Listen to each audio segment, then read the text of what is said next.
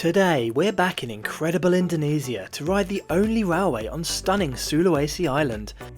Ever since I heard that this had opened, I've been planning a trip, so why not come along and we'll check it out together.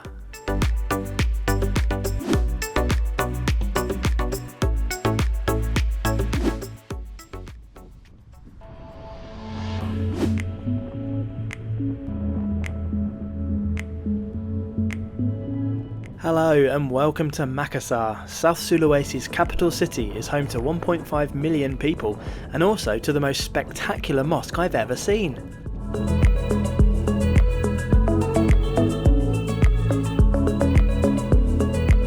This is the 99 Domes Mosque, named because, yeah, you guessed it, there are 99 domes. Isn't it just amazing? It is also a thriving port city for both commercial goods and for passengers heading off to one of around 50 ferry routes to Indonesia's other islands. Makassar is the centre point of the entire Indonesian archipelago, and this globe by the waterfront celebrates this fact.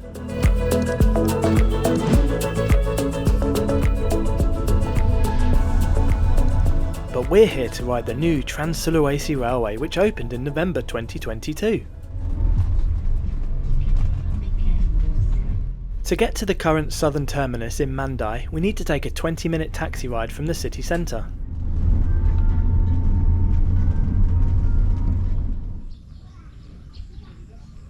The whole line is not open yet, as it will eventually extend into Makassar itself, although there are some political disagreements as to how this will be constructed and funded.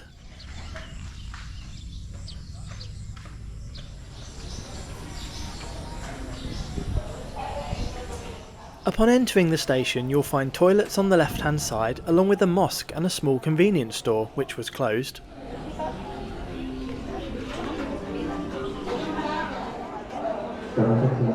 Unfortunately, tickets are not available online or in advance, so I had to queue up with everyone else on the morning of departure and hope it didn't sell out. At least I had some company.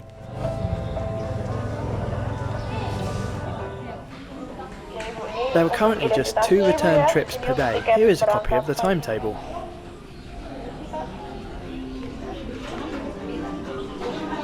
I then get my bag and ticket checked by the super friendly members of staff. It's all very high tech on Sulawesi on this absolutely beautiful morning. When phase 1 of the line is complete, it will go from Makassar to Parepare, which is 142 kilometers total distance, but the ultimate goal of the Indonesian government is much grander, but more on that later.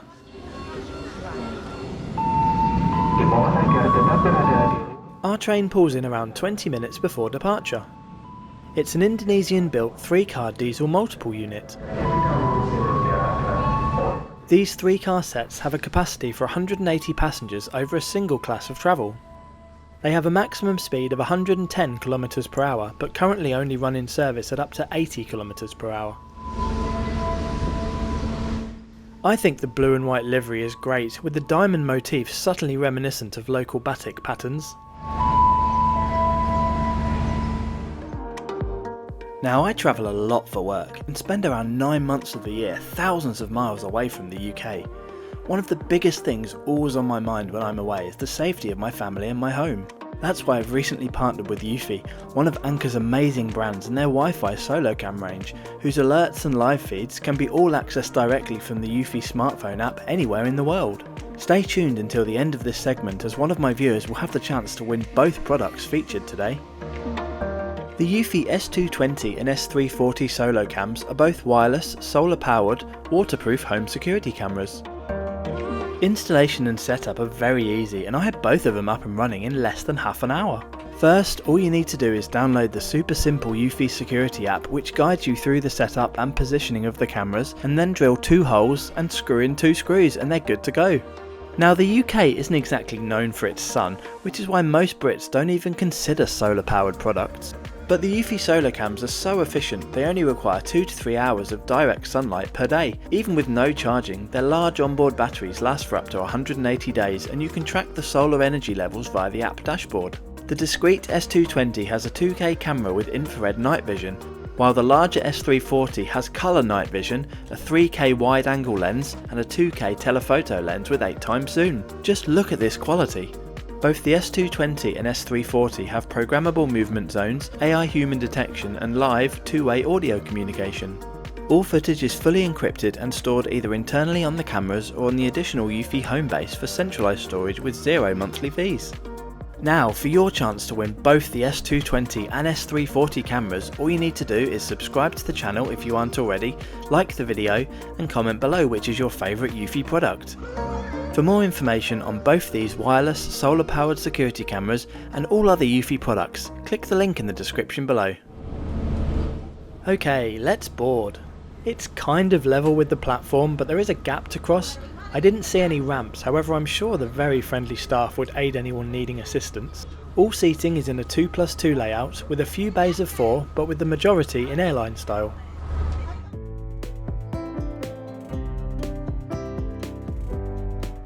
Let's now check out today's route from Mandai up to Garongkong.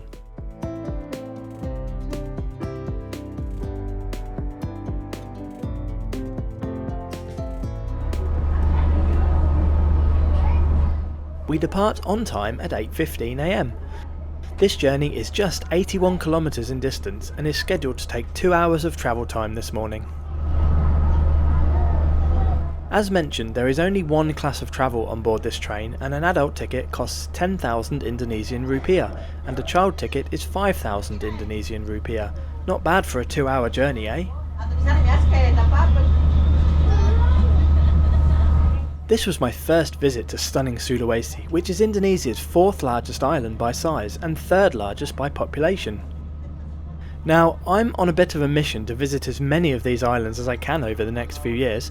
I've also already ticked off Java, Sumatra, Borneo, Bali and Lombok. Where should I go next? Put your recommendations and reasons in the comments below, please.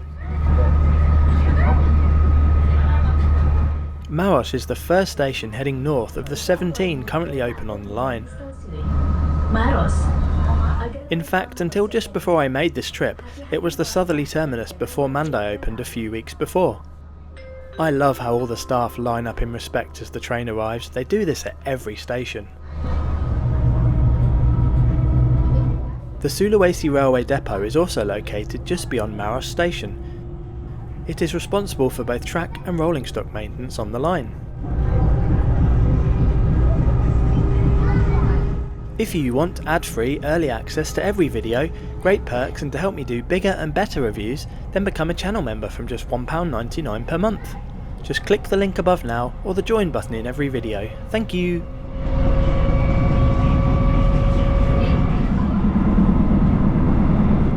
Luggage can be stored behind the last row of seats or on the large overhead racks.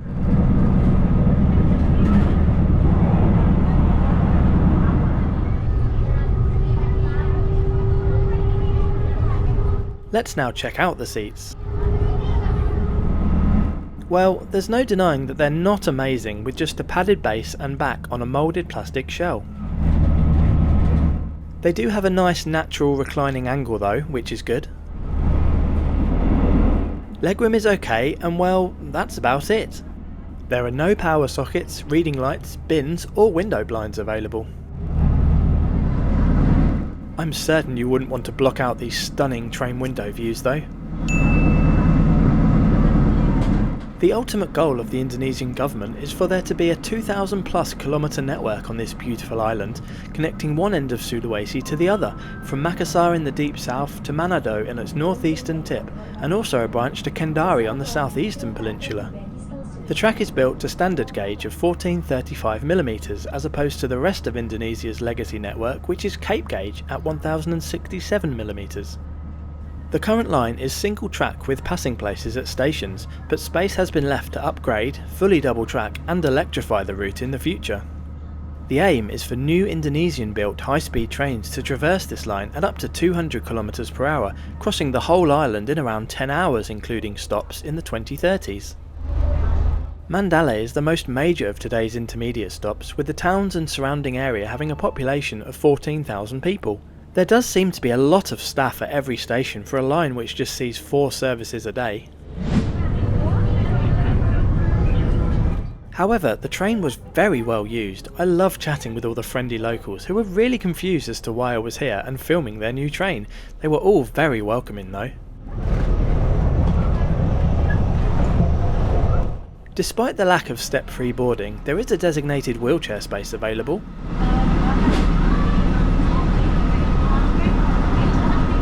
However, there is no accessible toilet, just a normal one at each end of the train. This was quite small, but all fully working and stocked up.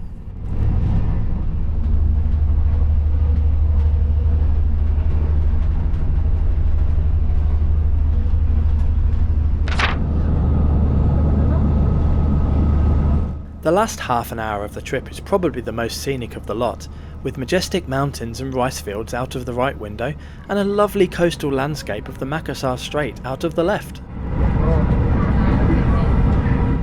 The next land in that direction is Borneo, around 400 kilometers away.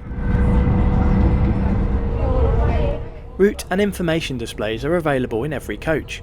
These are both above the doors and on TV screens facing the seats.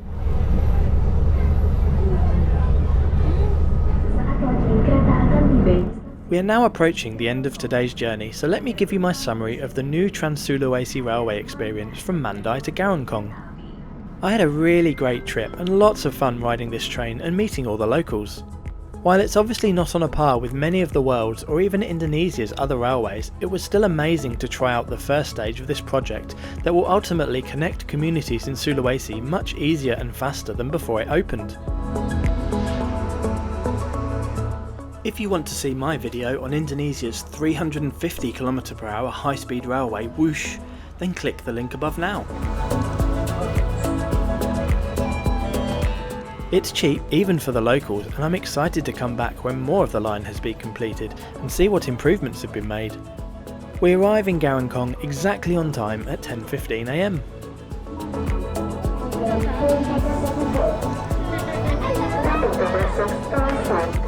Have you been on any Indonesian trains before? Which ones did you ride and on which routes? Leave me a comment below. By the way, I'm always open to new video ideas, so send me a DM on Instagram or Twitter if there's anything you really want to see on the channel. I hope you enjoyed this video and thanks for watching. Don't forget to subscribe and I'll see you next week.